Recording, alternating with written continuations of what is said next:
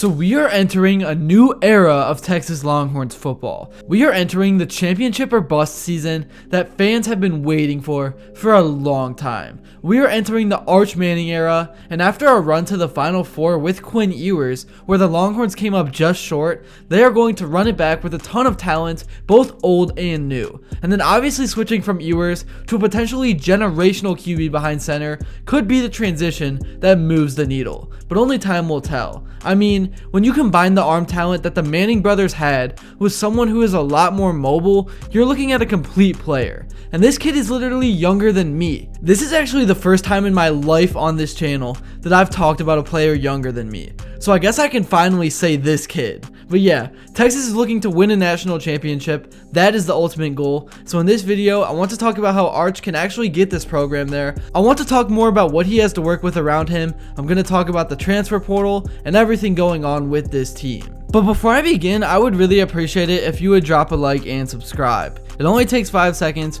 plus you can always change your mind. We are on the road to 50,000 subscribers, and with your support, I believe that we can get there super fast. Alright, starting off with Arch Manning, he recently joined Marty Smith in a recent interview to discuss why he chose to stay at Texas, and what he expects for the future. He said one of the main reasons he has stayed is because he liked Coach Shark a lot from the jump, and he also talked about Austin as a place with a lot to do, and he mentioned how Texas was a team on the rise that had not been good in the years past before he arrived. Now, I know the real reason why he hung around is the paycheck, but with how rapid the NFL industry is growing, I have a tough time believing that he would not have made more money from actually playing elsewhere. So what he did really actually did display loyalty. And I think he is about to reap the rewards of that loyalty, because now he knows the ins and outs of Texas football, he knows the schemes, he knows how Shark coaches, he is familiar with all of it. He did talk about how it was not always easy being a backup, but I think that shows how humble of a guy he is. He swallowed his pride, he chose to sit back and not be in the spotlight initially, he chose to wait his turn, and nothing he does comes across as fake. I think Arch is a guy with great character, and I think if he comes out and balls in 2025, NFL scouts are going to be begging him for visits. And I think he's going to go number 1 because everyone wants a guy that isn't just about himself. They want a guy that can wait his turn, they want a guy that is not greedy, and they want a guy that is willing to learn. And Arch Manning did get to play some last season, and from what we saw, he looked pretty good. He was so good that some fans were begging for the Longhorns to put him out on the field. Shark loved to put Arch in the game whenever Texas needed to pick up big yards, and Manning with his legs always was ready for the task. Even in a game where for quarters at a time he would sit on the sideline, for the one play he was called upon for, he would make the most of it. Someone made a pretty funny comment about this kid, saying that he is as detail oriented as Peyton, but as unbothered as Eli, saying that he might be the best one yet. I also heard someone say that Arch is so chill that he shops at the local HEB grocery near UT campus, just him in a ball cap, no fanfare, no cameras, no entourage. He will happily chat with anyone who says hi, definitely a cool kid, and really a great guy with an amazing future ahead of him. So I think you guys get the point. Arch is going to be legit, so now let's talk about the Longhorns as a whole and what they got going on outside of quarterback. Shout out to Texas at the voice of college football for making this list, but I want to talk about the top 5 most important returning players in 2025.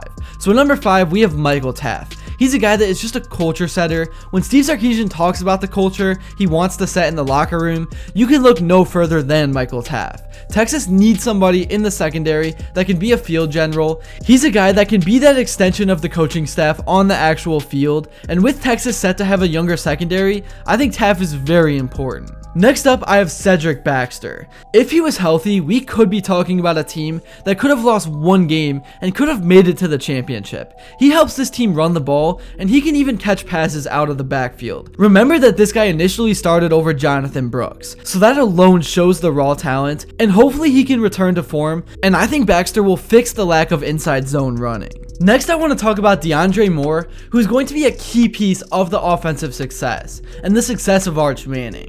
There is a lot of talent in the 2025 recruiting class, but out of all the young talent Texas has, DeAndre Moore is most likely going to be the go-to guy that already has snaps under his belt. I think he's got the talent to become a number 1 guy, we just got to see it out on the field. He's had his share of big drops and has lacked consistency. We saw a bad one that led to a turnover in the Clemson game, but overall, look out for DeAndre Moore to be a big part of the Longhorns offense in 2025.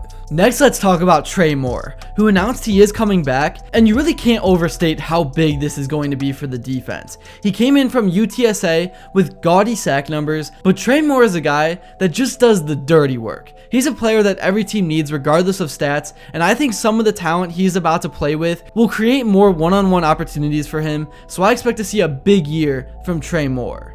Now moving on, let's talk some Colin Simmons. Colin Simmons had sky-high expectations coming in as a freshman, but he was everything you could have wanted and more. It did take him a few weeks to get his feet underneath him, but once he adjusted to the game speed, once he adjusted to big boy football, he became one of the best players on the team. He's one of those guys that could be a late round draft pick already at just 20 years old. I think as he grows and develops and gets experience, he is going to become more consistent as a player. I think he's going to create even more havoc, and even if you don't see his numbers go up, that's not going to be an issue because I have a gut feeling he is going to see more blockers dedicated to him throughout the season. You may see a tackle and a running back or different things like that, and that is something that defensive coordinators love to see. And the final big impact player that I want to talk about who is coming back is Anthony Hill. He is a junior. This will probably be his last season in college. He's going to go straight to the NFL afterwards, and Texas has not had a linebacker like this really ever. Now, he's not perfect, even he has room to grow. Will Howard was able to pick the Longhorns secondary apart at times, but still, he is the type of player that you can plan and build a defense around. It's not easy in college to come into a program with high expectations and deliver, but that is exactly what Ant Hill did, and I expect to see him get even better in 2025. I think some of the things he learned in 2024 are gonna show. So that is what Arch Manning will have to work with. I think there is a reason why Texas has been initially ranked with one of the highest odds to win a national championship, and them getting to open up against Ohio State is super exciting. In the past, it was kind of unfair for week 1, a team to be given a matchup like this, but now with the 12-team playoff, just let the boys go at it with no repercussions. It's easy to bounce back and get back on track after a loss. The season is not over, and I think Arch Manning is going to come out in that game with a fire lit under him after sitting on the sideline through that gut-wrenching, heartbreaking loss in the playoffs with Jack Sawyer strip sacking his roommate and Quinn Ewers and winning the Buckeyes the game. That's really all I have to say for this video. Let me know in the comments below what player you are looking forward to seeing in 2025 for the Texas Longhorns. And if you made it to this point and enjoyed and haven't yet, please be sure to drop a like and subscribe because your support truly does mean the world. And also, let me know what you'd like to see next. And until then, I will see you all later.